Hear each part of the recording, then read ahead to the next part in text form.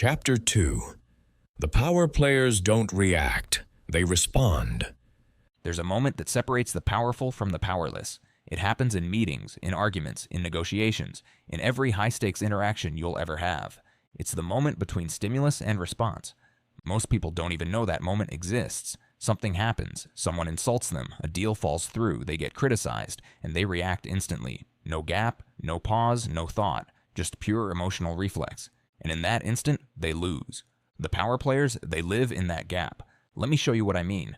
Think about the last time you watched a negotiation, a debate, or even a tense conversation. Who controlled the room? Was it the person who fired back immediately, who raised their voice, who let their emotions spill everywhere? Or was it the person who paused, who took a breath, who responded with surgical precision? You already know the answer. There's a massive difference between reacting and responding, and it determines who controls every interaction you'll ever have. Reacting is automatic, it's emotional, it's weak. When you react, you're being controlled by external circumstances. Someone pushes your button and you perform exactly as programmed. They said something, so you exploded. They criticized you, so you defended. They ignored you, so you chased. You became predictable. And predictable people are easy to manipulate. Responding is different. Responding is deliberate, it's strategic, it's powerful. When you respond, you're operating from a place of choice. You've felt the emotion, the anger, the hurt, the frustration, but you've inserted a pause between feeling and action. In that pause, your prefrontal cortex comes online, the rational part of your brain, the part that thinks, plans, and executes with precision. That pause is everything. I'm going to give you a tool right now that will change your life if you use it. It's called the 10-second rule, and it's absurdly simple. When something triggers you, when someone says something that makes you want to snap back, when you get an email that makes your blood boil, when something happens that makes you want to react immediately, count to 10 before you do anything. Don't speak, don't type, don't act, just count. 1, 2, 3, 4, 5, 6, 7, 8, 9, 10. In those 10 seconds, something remarkable happens. Your amygdala, the emotional, reactive part of your brain, starts to calm down. The cortisol spike begins to level out, and your prefrontal cortex, the thinking brain, comes back online. You move from reaction to response.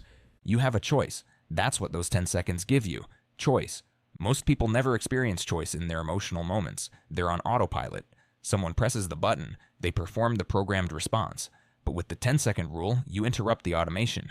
You insert consciousness where there was only reflex. That's reaction. And if you follow that impulse, you lose. You look defensive, you look insecure, you look like someone who can't handle criticism. But if you pause, if you take those 10 seconds, something different happens. You notice the defensiveness, you feel it, you acknowledge it, then you choose a different response. That's an interesting point. Walk me through your thinking.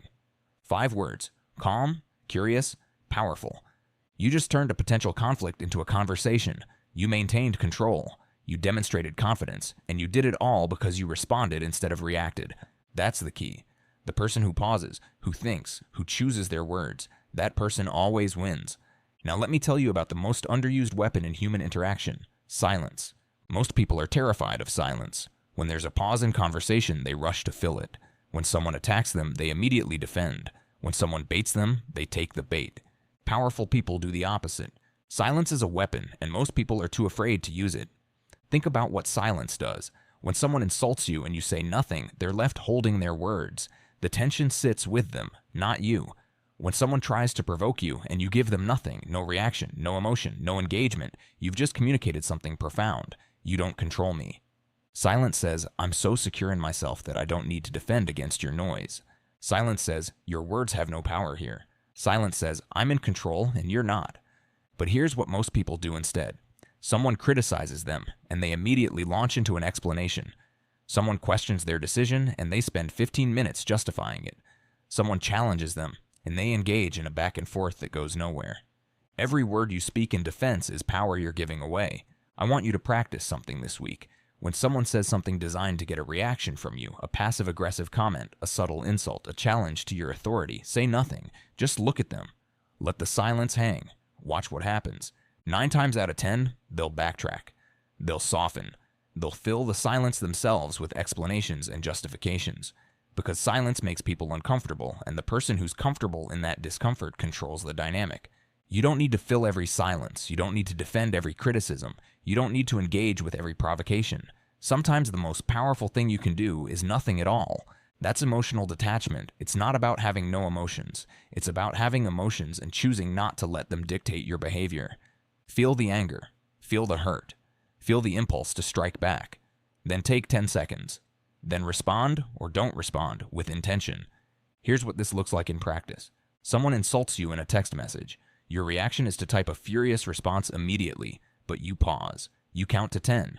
You realize engaging with this gives them exactly what they want, your emotional energy. So you don't respond at all. You delete the message and move on with your day. That's power. Your boss criticizes your work in front of the team. Your reaction is to defend yourself, to explain all the reasons why it's not your fault. But you pause, you count to 10.